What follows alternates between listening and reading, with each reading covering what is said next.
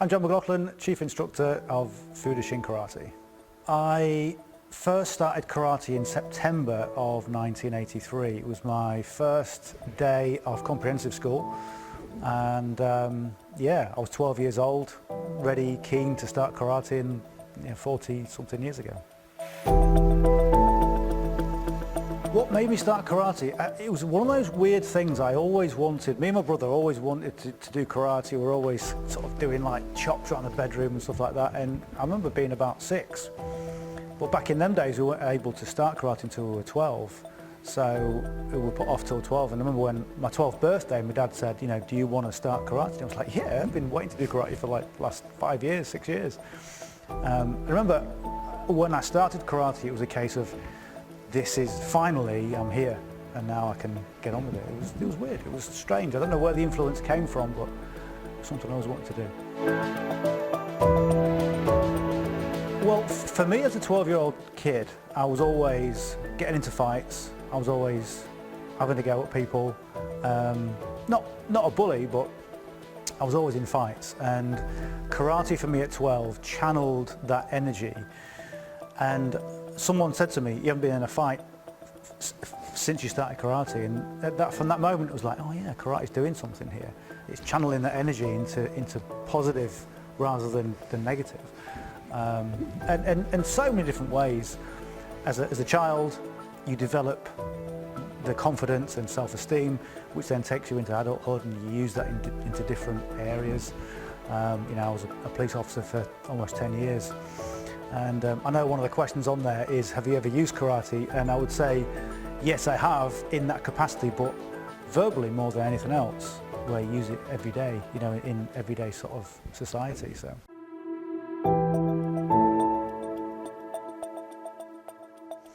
I think the people that get the most benefit, karate is so broad.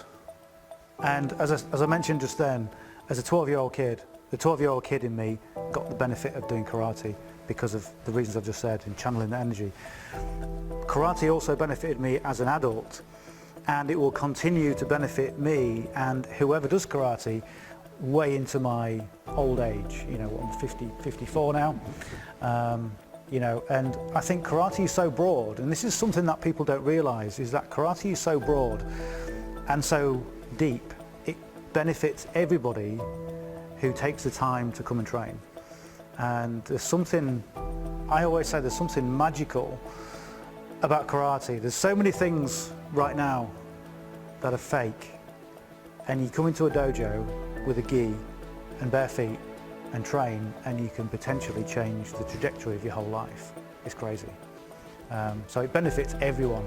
And I think, just to add to that, people always think, for obvious reasons, that it's children who benefit. But the real people who benefit from it is not just families, but adults.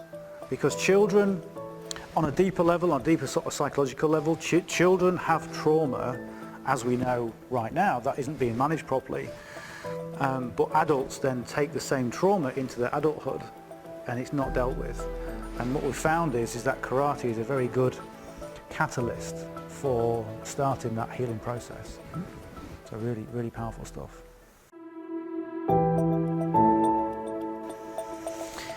Fudoshin Karate is a traditional club. We train traditional Shotokan Karate. So one of the ethoses from that is using the discipline and the structure to give people not only discipline and structure, but boundaries. And I find that in today's society, where are the boundaries? There are less and less boundaries of what we should and shouldn't do in society, or what we can and can't do. Children thrive on having boundaries and knowing what they can and can't do. The other thing about karate is, with Fudoshin Karate, as you get more and more experienced, you begin to examine more about what karate is on a deeper level. So things like bunkai, and I want to come to that in a second, but things like kata, we kind of look at kata and kind of interpret what the kata really is, and then really understand what real karate is all about, not just the surface karate of punching and kicking. We go into it a lot deeper, and it's a lot more interesting when that happens. There's a lot, all right, I would talk about social media. There's a lot of things on social media, okay. Social media, people pick up on the bad news, people kind of pick up on the bad clubs, and I think people, whether, I want to say some people know the difference between a bad club and a good club, but sometimes they don't, and social media highlights that fact quite well. There are lots of really good clubs, and there are lots of people who are very talented, and they don't always get the exposure they should have. When you see a cowboy club or a McDojo as they call it, you can see, I think that's what social media can often be about, and it can sway people to say that karate is rubbish, or martial arts has lost its way. So really, social media is a great tool for getting the message out there. Obviously, people are going to be watching this on social media at some point, maybe. So social media is good from that perspective, to promote good clubs, but it also highlights the bad clubs, and unfortunately it's them that tend to get a lot of attention. About starting karate, what I would say is don't have any preconceived ideas about what you think karate may or may not be, because you'll come and you'll anchor those thoughts to your first session. And if you have an injury on your first session, you go, yeah, that's it, someone told me that I was going to have an injury, so therefore I'm not going to do it anymore. So come with an open mind and don't have any expectations. I always say, if you're going to get the most out of something, set your own expectations from the start. So don't expect anything, let it develop. And like a lot of people, they start karate, and within they do the beginner session, they do the beginner's course, and then something happens and they go, hang on a minute, this is different to what I thought it was. I always remember Kancho Kanazawa, the late Kancho Kanazawa, 10th Dan, and I was in a session with him, I think it was 1984, and I just started, I think it was an 8th or 9th kyu, and he said, he trained and trained and trained. He didn't understand what training was about until 2 years. 2 years afterwards, the penny dropped, he went, oh, now I realise what it's all about. And those are the depths that I've been talking about, the depths of karate that people don't really understand until you get into a dojo with your gi on, with your bare feet, and you start practicing. And there's something magical about it, there really is. I can't emphasise it enough in terms of what you can get out of karate. So for anyone who's thinking about it, go and do it, and just don't ever consider quitting. Just never quit, just carry on, and just go with it.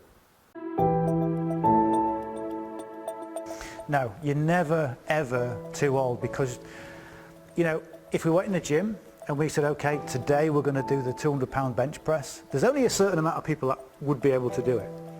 But putting your gi on, putting your belt on, walking up, doing a few exercises, you're doing it within the confines of your own body.